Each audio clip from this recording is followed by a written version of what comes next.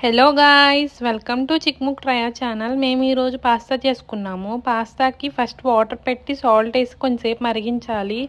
Next pasta వేసుకోవాలి, ఎందుకంటే కొంచెం బాయిల్ అవుతుందని చెప్పి. త్వరగా వెజ్జీస్ అంటారా అవి ఇవ్వకోండి. తర్వాత పాస్తా ఇంకా బాయిల్ అవుతూ ఉంది.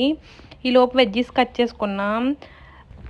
Next onions, tomato, carrot and కీరా అండ్ పచ్చిమిర్చి వేసుకుని బాగా బాయిల్ చేయాలి ఆయిల్లో.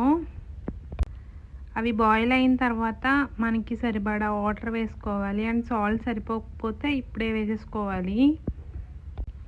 ఆల్రెడీ మనం పాస్తాలో వేసాం కదా, కొంచెం చూసుకుని వేసుకోవాలి. తర్వాత మసాలా వేసుకోవాలి, ఆ తర్వాత పాస్తా మసాలా, తర్వాత సాస్ వేసుకోవాలి, టమాటో సాస్. ఆ తర్వాత మనం బాయిల్ చేసి ఉంచుకున్న పాస్తాని యాడ్ చేయాలి దీంట్లో.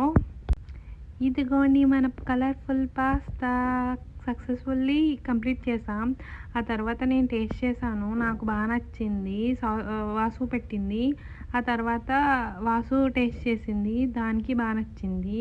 ఆ తర్వాత సాసు టేస్ట్ చేసింది, తనకి నచ్చింది. ప్లేట్ చూస్తే మీకు అర్థమైపోద్దిలే.